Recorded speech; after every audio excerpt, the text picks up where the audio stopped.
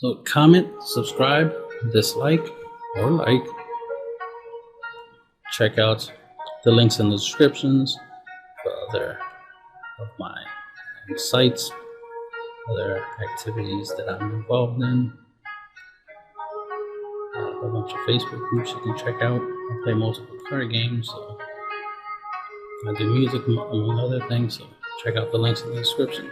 This is Dragon Ball Super Masterclass 34 main decking.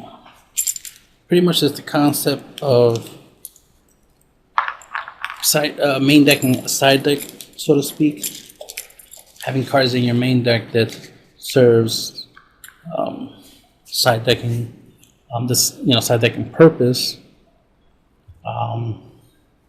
Because I don't side deck, so that's an important thing to point out. I don't side deck because I don't side deck. I main deck what I need for certain matchups. Like there's certain cards that I play specifically because I know that if I play against a certain deck, this card would be useful. For example, if I play up against a deck that does hand destruction, it would be useful for me to have cards in my deck that let me draw, or they work in the graveyard, stuff like that, those types of factors. I take those things to account, so I make sure I put cards in my decks that have that added ability, like an effect. Use this as an example, like Gotenks Absolute Unison. I mainly use it for its -3, so to be able to clear battle cards that have barrier. So I use it as as a board wipe. It's a blocker, so obviously I use it for defense. It's dual attack. I use it as something I can attack with, especially in a Hachiyak deck. You need the ability to attack more than once, so you can try to get as much damage out as possible. But it has the -2 ability of drawing 2 cards, and that can definitely come in handy in any situation where my hand is very low. I can use this to refill my hand.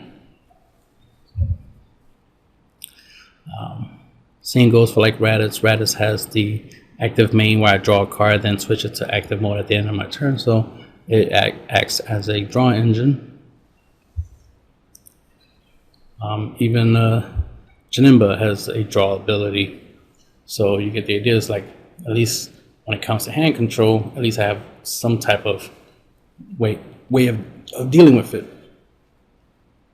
But the main reason these cards are in the deck is not for hand control, but they're useful against hand control, because I keep that in mind. These, this is to help me mill, and it could be a finisher.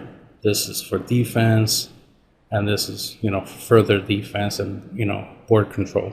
So that's the main reasons I use them, but they have the added ability of drawing. They have some draw effects that I can use against hand control. Just like the 4-star ball kit, Goku Adventure Begins engine, it's a reusable way to combo, essentially. It's a good discard outlet, discard fodder. I can use it to discard for Oceanus' effect. So it's a good, discard fodder for that. Also, the fact that, I can obviously, if my opponent makes me discard, I can discard the 4-star ball and then always add it back to my hand with Adventure Begins Goku. So I'm never really losing much of when it comes to the hand control matchups, or any situation where, my opponent is using some type of effect to try to get cards out of my hands. I have some way of combating it. So instead of having specific cards to try to beat hand control, right, I have stuff that I could use against hand control. So just because the cards have the added abilities, I could take advantage of in that situation. Like I mentioned earlier, this ignores barrier with its -3 ability, and I use it like a board wipe. So that's an important detail. So yes, it's a 20k body. I can use it to attack, apply pressure, all that good stuff. But also its -3 ability to ignore barrier and bottom deck my opponent's battle cards is very useful against certain decks. Like, you don't want to KO certain battle cards. Like certain matchups, you don't want to KO their battle cards because they'll get an effect from it. So you rather bottom deck so they don't get no effects. Not just that, you don't want to, against some decks, like let's say Dark Broly, you don't want to send their battle cards to the drop because they can always bring it back from the drop. So it's kind of pointless. So you rather bottom deck That way you don't have to worry about the cards coming back, right? So things of that nature. So these are things that I take into account where it's like, okay, against this deck, I'm gonna need these types of effects. So I keep that in mind when I build a deck. Oh, I'm gonna need this effect, I'm gonna need that effect against that deck. So especially if I notice in the meta. That's why I have like a lot of different Hatchiyack builds, not just like one specific Hatchiyack build. I have multiples because you know, each variant of Hatchiyack, for example, obviously this applies to any deck that I build, but I'm just using Hatchiyack for the example. The different variants have different things they can do for different matchups. You know, I saw like not too long ago, there was like a meme, like, can't lose to hand control if you're playing hand control, right? That idea. It was a meme about me, which was ironic. I'm like, I don't remember ever saying that. But it was funny nonetheless. It was the idea that it's like, okay, yeah, you know, can't lose to hand control if you're playing hand control, right? So yes, having a variant that does hand control, right, that makes your opponent discard cards from the hand, warp cards from the hands, you know, would obviously help you in that type of situation, because it's the whole fighting fire with fire concept. Sometimes it works, right? Sometimes you have to fight fire with fire, right? But I prefer fighting fire with water, right? I'd rather do it that way. But since I don't side deck, the water has to be, you know, built into my deck, right? I can't just have it on the side and just bring it in when I need it. So, you know, of course, some people disagree with the idea of not playing without a side deck. You know, to each their own. You know, just like some people have issues with me not playing super combos from time to time. You know, again, to each their own. However way you choose to play, whatever works for you. But yeah, I don't side deck. Ironically, Magic came up with a way to make me use a side deck. Ironically, it's with their what was it called? Learn mechanic, which lets you grab a card from your side deck, and the cards are lesson cards. So they made it where, you know, in order to grab these extra cards, these really good cards, you got to use a mechanic and you got to go grab it from your side deck. So you got to have a side deck for it. So currently right now, I got like 2 decks in Magic that have side decks, but it's only because of the learn mechanic. That's the only reason why. So they found a creative way to get me to play a side deck, because for years I never used a side deck, especially in Magic. Now I got a side deck in Magic because of the mechanics. So that was clever. But besides that, I just don't side deck, because everything I need, I main deck it. So that's the whole point of this, is like main decking, which, you know, I see it as a skill. This is why a lot of my decks look the way they look, and this is why I play certain specific cards that might not be popular. Some people will be like, oh, this card is better than this card. It's like, for you it's better because you actually play a side deck. Since you play a side deck, you can always swap that card out for another card and get a different, different outcome when you're playing your matches. But I don't side deck, so I don't have that. I don't have the option to do that since I don't side deck. So I have the main deck. So I chose this card instead, because this card is better as a main deck card, because of the fact that it does that extra thing that I need that I would have had in a side deck if I had one. So it has the extra effect that I need, plus it does something that already, that the deck needs. So it does what I need in my deck for my deck to function, but also has an added ability that helps me out in a certain matchup that a side deck would normally be used for. Now, me personally, I must say it, I don't agree with side decks being a factor in the game. I like the idea that Magic did with the current, the whole learn mechanic. I like how they did that. It's like, that's the way it should be. A side deck should be like that, where you have a card in your deck that has a mechanic of an ability that lets you grab a card from the side deck. That way, while you're playing, you can go swap out the card, right? You play a card to get a card, and then use that card, in the match while you're still in the match, instead of losing the match, then changing the cards in your deck, and then try to win the next match. It'd be nice that you can change your cards in your deck during the match if you know you're going to be doing side deck. I'm against the whole idea of side deck period, but I do like that idea because it's like, well, that would be a good way to justify a side deck, because then in that scenario, then it's not really a side deck per se, it's more like an extra deck, right? It's a place that you can access cards from because you have cards in your deck that helps you access it. It's not just something you do just because, you know, oh, I lost this round, this game, let me change my deck and play with a totally different deck on the next game, you know what I mean?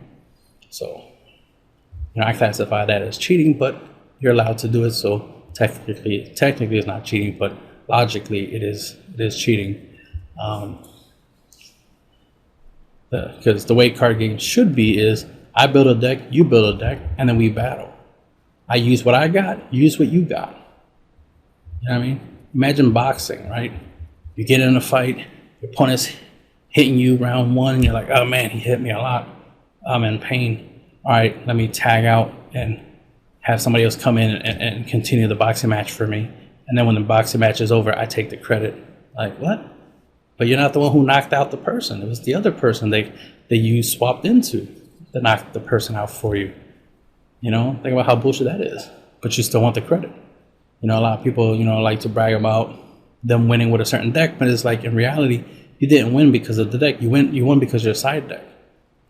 And I see that a lot. A lot of people who topped events, won events, for example, a lot of times when they talk about their matches, there is always that they were losing, but then they side deck, and then they won because they got the cards they sided in. And it's like, wait, so that's why you won? You didn't win because you were actually good at the game. You won because of your side deck, because of that one card. Yeah, that's nothing to brag about. You know, I wouldn't like to win that way, right? Win because of a specific card instead of winning because I actually am good at the game, or I have a strategy that I built into the deck and I used it to win. It's like, no, I won because my opponent has a weakness and I have a card specifically to exploit that weakness. But it wasn't in my main deck, it was in my side deck. Like, how does that sound? And then I always see time and time again that people's main decks are trash in different card games. The main decks are trash. Like, they're not really that good. They're poorly built. They don't have much synergy, but the side deck is what mattered, right? The side deck had all these really good cards, and it's like, for all that, you were better off taking all your side deck cards, put it in your main deck, and go and play anti-meta, basically, because that's all your side deck really is. There's a whole bunch of cards that are good against, you know, the meta, whatever everybody else is playing. If everybody else is playing Cell Surge, for example, or Dark Broly, or Vegex or something, or whatever, you know, King Piccolo, then why not just main deck the stuff that helps you beat those decks? Why side deck, right? But because it just wastes of time, because, you know, I'd rather start the game off with the advantage. If I have cards that can help me win, you know, certain matchups, I'd rather start the game with it and beat those matchups. Like especially the way I look at it, because I have like a best of one mindset where I play, win, and that's what I want to do. I don't want to play, lose, and then try to make up for it in the next game. You know, I have a best of one mindset. So I need to win game one. I need to win game two. So if I'm playing best of three, well, game one, game two, I gotta win. I don't want to lose game one and then try to make up for it in game two and three. That means I didn't do, either I didn't build the deck right, or I didn't play the deck right. You know, that can happen. Now, not playing right can happen to anyone, but you definitely should have your deck built right? Built to do what it should be able to do. So, I noticed that a lot. Some people build a deck, and it's like, yeah, why did you build the deck that way?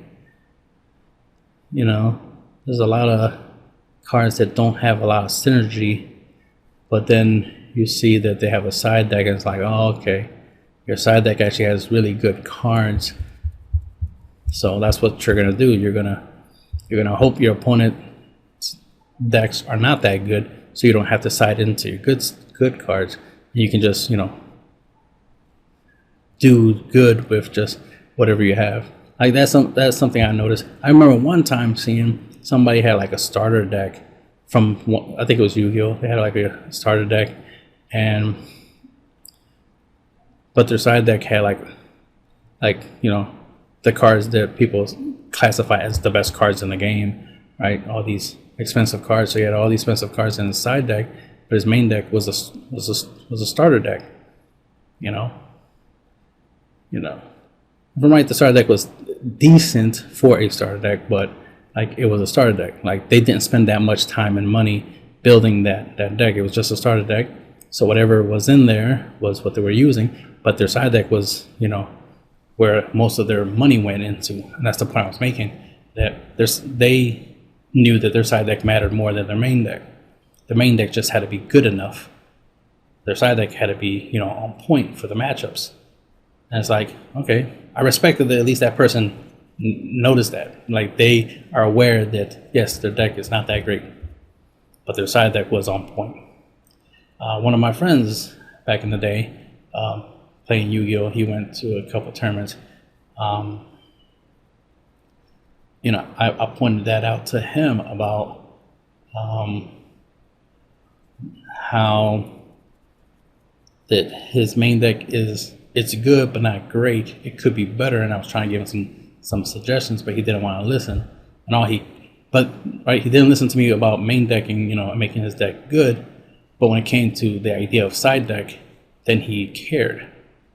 And then he didn't make the side deck. He asked me to make the side deck for him. So I made him a side deck, right? And he forgot to take the side deck with him to the event. He still did good at the event, but he was pointing out he was complaining to me that if he had the side deck, he would have had certain cards that would have helped him up in certain matchups. He would have won more if he had the side deck. It's like, well, yeah, but you also would have won more if you took my advice and made the main deck stronger. So when you did forget the side deck, which you really shouldn't have needed, because the funny thing is, you know what was in the side deck? Most of the cards that I was recommending for him to main deck. So the cards I wanted him to put in the main deck so that could be better without a side deck, I ended up putting in the side deck. So when he was playing, he's like, oh yeah, man, I really need this and that and that. You know, it's like, yeah, all the stuff that I told you to put in your deck to main deck that you were against doing, but you had no problem me putting it into a side deck. Those are the cards you wanted. You wanted the cards in the side deck. You saw the value in the cards in the side deck, which is the cards you should have main deck, which would have gave you obviously the better results. But you know, that's just how it is. You know, we're all different in our own ways. That's not necessarily a good thing, but that's also not necessarily a bad thing. But just using that as an example to prove a point of the fact is like, you know, I don't need a side deck because I put a lot of effort into my main deck. I do my best to balance it out. You know, this is the extra. No, this is not the extra. I was gonna say this is the extra unison deck. No, this is not the extra unison deck. This is the Janemba Mill deck. It's my current Janemba Mill Hatchak Janemba Mill deck. It's a little bit updated, focusing more on some of the key cards that I use a lot. So I took out some of the good. I took out some cards that they're good, but they're like a little bit situational. I don't use. I rather have cards that I use a lot. And this card right here is just good in general, and it has synergy with a couple other cards in the deck. So the main thing is it's a good card. It's a black board wipe, so obviously I want to use it. All these other cards I use a lot. A whole bunch of negates, right, and then a whole bunch of unisons. So that's the thing, you know, streamline, you know, first step when I build the deck, you know, I main deck the stuff that I need for specific stuff, you know, board wiping, you know, a engine, sorry, you know, an engine for keeping my hand size nice and thick. So we got the Goku 4-star ball engine. We got Deadly Defender. Then I'm gonna keep doing it. We got Deadly Defender. You know, for defense, of course, got units and blockers for defense. Got a whole bunch of, like, you know, negates for defense. I got a floodgate negate here. We got the Senzu Bean, which acts like a floodgate negate if you use it right. We got the free negate here with the power burst in case you're tapped out. So you got options. You got a floodgate negate slash blocker slash it can, you know, counter an attack. So you got that with Oceanus. Someday we might get something that lets us bounce her back to our hand and use her over and over again, which is, you know, what I'm looking forward to. And then I'll probably take out the Vegeta Splinter in mind for it, or probably the Deadly Defender Goku and just go all in on the Oceanus strategy. Just use her as my main defense because he kind of works a little bit like her. That's part of why he's in the deck. He could potentially stop 2 attacks or maybe more depending on the situation, because him with a Senzu Bean and like 4-star balls will keep him in play a little bit longer, so it will act like a floodgate negate. And that's what you want. Always want the blanket defense. So I'm always trying to improve upon, you know, the main effects in the deck and strategies, and always looking towards the future. Like the fact that this has barrier, you know, has a use, because there are some cards that you need to avoid. So having barrier comes in handy in certain matchups, especially when you need to defend yourself, and you need something with barrier. This has barrier, so this comes in handy in that scenario. What's interesting about main decking is that it's not as common of a concept in card games than it should be. Most people, because especially people who like to play competitively, they play with side decks. They put way too much emphasis on their side deck and very little emphasis on their main deck. Now they think they're main decking, right? Because they're like, oh, I'm putting, you know, the stuff that I need in my deck for my deck strategy, and I don't want to fill it up with a whole bunch of like tech cards and, you know, cards for, you know, that are situational. And it's like, well, I understand that, you know, that concept, but at the same time, it's like, you know, you can main deck stuff that helps you with your deck strategy, but also is useful against certain matchups. And I consider that the like Swiss Army cards that have more than one effect. Like I was mentioning earlier, with these cards here having the ability to draw, helps against you know, hand control. While still being able to add the defense and offense that I need for the deck. So, you know, the idea is for the deck to be very defensive. So these cards, you know, serve that purpose by having defensive capabilities, but also have the draw ability, so that way I can counter hand control. Because most of my negates, you know, right, you know, are going to be in my hands, so I need to keep my hands, you know, full of negates for when I need them, right? So I take that to account, right? So what else? Of course, having stuff like negates, you know, in general, obviously you're going to always need to stop attacks, right? There's certain things it'll be hard for you to interact with or stop, which makes sense. You can't stop them. Burn and mill, right? Even to a certain degree, hand control, you know, is another thing that's hard to interact with, right? Now, I wouldn't be surprised that Bandai at some point creates stuff like maybe negates, right? That have the ability Like imagine a negate that you can use from your hand to stop the effect of like rebrand or something. Like your opponent tries to activate an effect that will make you discard, 2 cards, and you can just use this card to stop that, So they could always do stuff like that. Or like it'll have the condition that if your opponent makes you activate an effect to make you discard a card or cards, you can discard this card instead, like, right, a replacement effect. So you can discard just 1 card for when your opponent activates an effect that says for you to discard your whole entire hand. So that'd be kind of interesting. I mean, imagine if they make something like that where, like I said, a replacement effect. If an effect your opponent controls would put more than 1 card from your hand back into your deck, put this card into your deck instead, right? So that will help you against Android 17 Turn of the Tide, for example, or something similar to that. So it'll be kind of interesting if they ever add that to the game.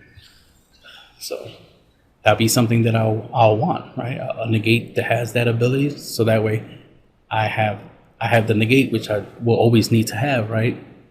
But also have that added effect that if I'm in a situation where somebody's trying to do some hand destruction, right, hand control, or Android 17 Turn of Tides, at least I have that effect already built into the card and use it.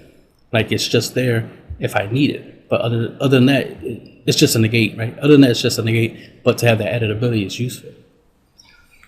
Just like this max power Kamehameha is nice because of the fact that it can negate an attack, right? Obviously, has the ability that you could get it back to your hand by warping 4 cards from your drop, so that way you could reuse it later on.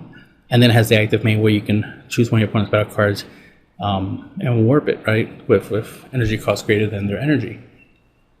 So it's very versatile. It's not just a negate, right? It's not even a one-time negate. It has the potential to be a reusable negate under the right conditions, right? And then it has the ability to remove a battle card. So it's kind of nice because you can use it to negate an attack, right? Bounce it back to hand, and then next turn use it to get rid of the battle card your opponent attacked you with. So it serves 2 purposes. Not only you get to negate an attack, you also get to get rid of the battle card that they attacked you with, right? Defend against a threat and then get rid of the threat. And it's all in 1 card, which makes it nice. So that's where the Swiss Army card concept comes in, where it's like you have cards that have more than 1 effect because you never know when you might need that. But this doesn't ignore barrier, so then that's why having a card like this that does ignore barrier comes in handy in that situation. Because you would use this to negate an attack, right? But then you would use this to get rid of the card that they attacked you with that has barrier. So having both in the deck gives you that ability. But let's say their card doesn't have barrier, then this by itself can deal with that card once you trigger these cards' effect, all the effects of this card. So that's part of the main decking skill. I consider that a skill to be able to build a deck with even side deck options in mind built into the deck, so that way when you're up against certain matchups you have what you need for those certain matchups.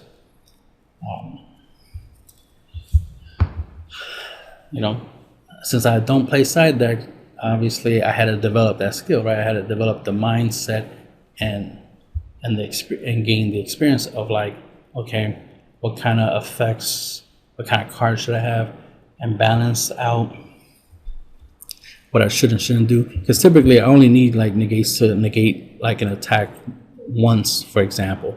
But the way the game has been changing, right, you need to negate attacks more than once. You need to negate multiple attacks. So then that's where upgrading to stuff like Dirty Burst, for example, it has the ability to just negate an attack, or you trigger its counterplay. It can make your opponent's 8 cost and is it 8? No, 7 cost and higher. 7 cost and higher from being able to attack. you combine this with the leaders of Hatchak leaders effect, and you have a pretty decent blanket ability, so you could drastically reduce how many times your opponent can attack you with battle cards.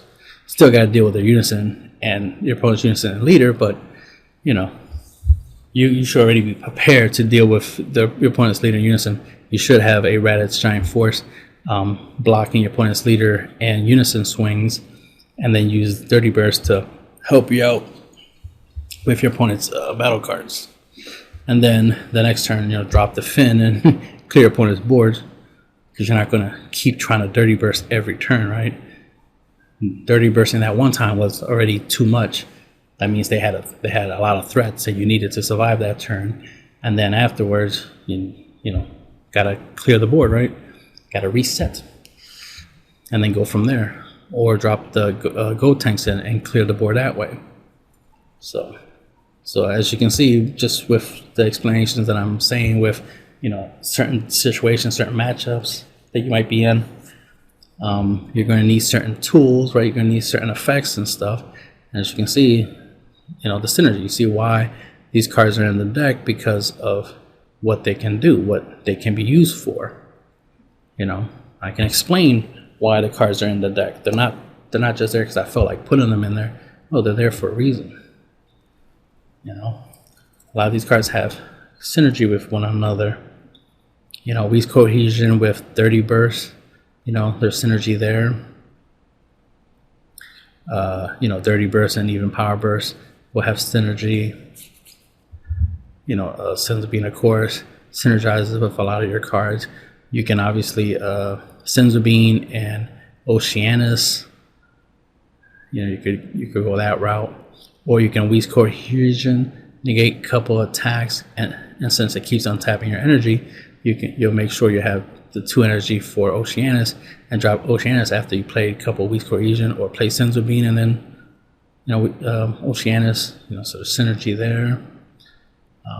Even on your turn, you can set up a scenario where, let's say you play Finn for 2, right? Clear your opponent's board. They'll still have 1 battle card, obviously, and then swing Sins of Being a couple times, start untapping some of your energy, and then play something big like Go Tanks, for example, and further clear the board with the -3 ability. And go from there. So there's different ways you can use these cards. It's just up to your skill level, right? Your ability to be creative combining these cards. And that's the other thing. I made a video long ago about creating cards with cards, right? Putting cards together in combination to get the results of another card, right? To create a certain effect, a certain outcome. So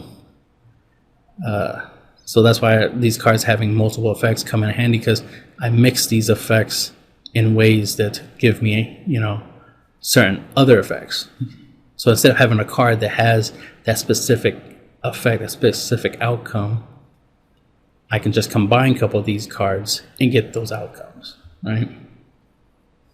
Like instead of putting a battle card into the deck that has, that gets really strong, like they create like Mirror, Create, Absorb along with Champa, right? Instead of just trying to put a battle card into the deck that's like 30k plus with Double Strike and try to fit it in, maybe that's not an option, right? Let's say that doesn't even exist in the game. A 30k with like Double Strike. Or 30k plus, like a 40k with Double Strike, 50k with Double Strike, something like that. Let's say that doesn't exist. Then you can just use Mirror, Create, Absorb, which can it starts off 30k, and it gets stronger for every card in your warp. So you could easily get it up to 50k, and then throw Champa onto it to give it the Double Strike plus an extra 10k boost, right? So you can get it up to 60k Double Strike, and there you go, 60k Double Strike that doesn't normally exist in the game, and now you have it, right? Now you have that outcome, you have that result, because you combine these 2 cards and you created that card, right? You created that outcome that doesn't already exist. But once it exists, then you might consider using it. But you get my point. Is like by combining certain cards, you get certain outcomes that otherwise you wouldn't have, unless Bandai literally created a card that does that thing, right? Like some people probably don't even look at Gotank's Absolute Unison and see it as like a board wipe, like a card they can use to clear a board, I do see a lot of people use Raditz, so that's pretty cool, to see people using my boy Raditz. But not many people use Gotanks. I've seen some people, but not many. But I use him a lot, and he's been working for me for many years now. So he's definitely good go-to. There's a new 4-drop Unisons, the Majin Buu one. It's decent, but it doesn't replace the Gotenks. Gotenk's still MVP for me when it comes to a 4-drop blue Unison. So because again, it's a board wipe. So that's the way I use it. And that's why I keep using it. Not much else to say, right? Just wanted to point out the idea of like, even if you still play a side deck, you should still consider, putting more effort into your main deck. Most people don't. They just, focus on just having certain cards in their deck that helps them do a certain, strategy, and then throw in some extra cards just to help get those combo pieces, right? Those cards that they need for their deck's main strategy. So basically fillers, right? And then anything they need for certain matchups, for certain situations, then they'll put into the side deck, right? But for me, it's like, if I did use the side deck, I will still be main decking a whole bunch of shit. It just did in my side deck. I just have a whole bunch more cards that are like Swiss Army cards, right? They have more than one useful effect. And then if I, do swap cards out, I'm swapping some cards out, and I'm just getting I'm getting more bang for my buck. So whether you don't side deck or not, but more likely you do, still consider this idea, this mindset of, main decking, side deck options, basically, making, don't look at a card and be like, I don't want to use this card. Just because you're not paying attention to the fact that, just because you think a certain effect is situational, it's like, that's only good if I'm in a certain specific situation that effect could be useful. I don't need it because the likelihood of that happening is slim. Yes, it's true. It's slim that you could be in a situation where you need that effect. But when you do need it, you'll be grateful to have it. So it's better to have and not need than to need and not have. That's the way I go about it. Like for example, Dirty Burst. There's tons of times where I definitely needed this effect, and when I first was testing out the card, I did use it wrong because I missed, because it's counterplay part. I kept looking at it as like if I was countering them playing a 7-drop or higher. It's like no, it prevents them from attacking with 7 costs or higher, which is good. That's a floodgate negate. But because it's counterplay, I don't look at it as a negate. So it's just a matter of getting that in my mind, fixing that flaw in my mind, right? Of treating it like it's just a counter, right? Like it's a God Sealing Trunks or something. It's like, no, it's not a God Sealing Trunks. It's a floodgate. The floodgate's 7 and higher. So, but I have to play it within the counterplay timing. That's the difference. So I just gotta get used to that because this is unique. It would be nice if this just inherently had the ability to negate an attack, and then if for the rest of the turn your opponent can't attack with battle cards 7 costs or higher, right? That'd be kind of cool. It would have been nice, and that would have made it simple. But that's the whole point, right? They didn't make it that simple, so you gotta get used to it. So you gotta know how to play Dirty Burst. You can't just play it, right?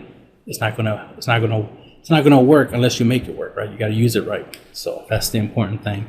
So even though on average I just use this to negate an attack and that's it, the fact that counterplay part could become a factor. Plus, here's another thing. Most people know I don't really like playing counterplays like that. So the fact that this does have a counterplay on it, lets you know that clearly this is, situational. This is, a tech card, right? Because, I could just use any other negate. I could use, what is it called? No, not Dimension Magic. I wish, right? I was going to say, yeah, there are some other blue generic negates that I can use. Is it Final Bullet or something like that? I don't know. There's at least one other blue negate I could use. Yeah, there's one for Hercule. There's like a Hercule one. Anyway, you get my point that, sometimes you gotta do what you normally don't do, right? I don't normally play counterplays, but hey, this is a really good counterplay because the way it works, if I use it right, which is play it in the counterplay window, but it will act as a floodgate negate, which is what I want it for. I want it for its floodgate ability, right? To go with my leader's effect. So I just gotta use it right, that's all. So just saying, read your cards, look at the potential of sometimes some people would have a card in their deck that's good in a certain matchup. Like let's say yeah, I use Goat Tanks. Somebody would have Goat Tanks, Goat Tanks, right? Would have like Goat Tanks in their deck, but they mainly use it just for like the -3 and the fact that it's a dual blocker, and that's about it. They don't consider the -2 part of drawing 2 cards, so they might end up in a hand control matchup and not even consider that, hey, I can use this card to help me replenish my hand. I could play this card for 4, -2, draw 2. Next turn, if it still has 2 markers, -2 after I attack twice with it, obviously, -2 and draw 2 more. So I could potentially draw 4 off of this card, but most people won't think that because, that's not why they have it in the deck. They don't think that far, And that's all I'm saying is like, think that way. Think that you don't have a side deck and you have to do the best you can against certain matchups with your main deck. So always compare what you're capable of doing with your deck against another deck. So check to see if your deck is good against hand control. Check to see if your deck is good against mill, burn, multiple attacks, like your opponent attacking you a lot. Do you have floodgate negates? Do you have, unison blockers or blockers with barrier and so forth? So, do you have enough negates, right? Do you have enough combo power? And the list goes on and on for you to consider, when you're building your deck. Granted, not everyone builds their deck. Most people net deck. Shots fired, right? So that's why it's not surprising that main decking and building a strong, solid deck that doesn't need a side deck, because everything you need should be already in the deck in the first place. Not surprising that that's not a common thing, because yes, most players tend to net deck, and there are a lot of players, since they side deck, they put more into their side deck than they do into their main deck, and it shows. But like I always say, it's hey, to each their own. Like, if it works for you, it works for you. Even if I see that your main deck is weak but your side deck is strong, hey, if you get a lot of W's that way, then hey, it works. What matters ultimately is what works for you. I don't care. Like some people be like, oh, super combo is so important. Okay, it works for you, but it don't work for me. Like, I don't need it. Right? So since it don't work for me, it makes sense that I don't use it. If it works for you, I totally support you using whatever works for you. Right? There's tons of other stuff. It works for me to play a lot of unisons, so that's why I keep doing it. For other people, it works to play less unisons, then keep doing it. I don't tell people not to do the things they want to do. It's like, whatever works, works. I always go back to that default setting, right? The default idea. Whatever works, works. If it works, it works. That's all I care about. So if it works, go for it. This is why I have so many different variants of decks, because all the different variants work. They do what I want them to do. They work. For me, at least. If they don't work for you, then that's that proves my point. We're different. What works for me does not guarantee it will work for you. And you shouldn't be trying to be like me anyway. Do you, right? Do what works for you. I always hate seeing somebody be so good with a certain deck, and then because the meta, that kind of nonsense, then they're like, okay, I have to play this other deck, otherwise I won't do good at the tournament. Then they go to the tournament and still don't do good. And I'm like, you would have done better if you actually took the deck you're actually good with. You get way more W's with the deck you're actually good with than this meta deck that you thought was the best deck in the format. And it's always weird for me to hear people talk about like, oh, that was a good call playing that deck, at that event. That was a good call. And it's like, any deck is a good call if you're good with the deck. It's not like what determined that person's success at the event was actually the deck. No, it was them as a player.